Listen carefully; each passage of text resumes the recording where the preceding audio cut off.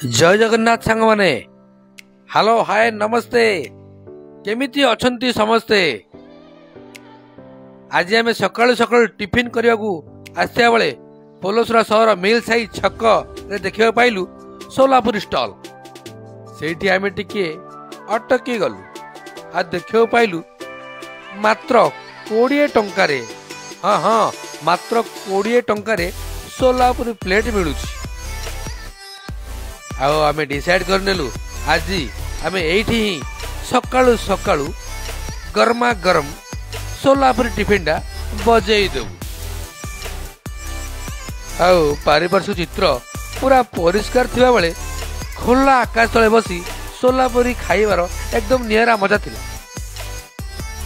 जहाँ आज आम फुल मस्ती रे गरमा गरम सोलापुरी और ता सांगू चना तरकारी ओ स्वादिष्ट खट्टा चाखणा मध्य पाइलु। कारण आपण माने जानिथिबे निश्चित दक्षिणी गंजाम रे खट्टा आचार एकदम नियारा मजा अछि। आउ डेरी न करी आमे सांग होई आसिबा रंजन भाई सागर भाई मिलीमिशी सोलापुर स्वादिष्ट भोजन बजेई देलु।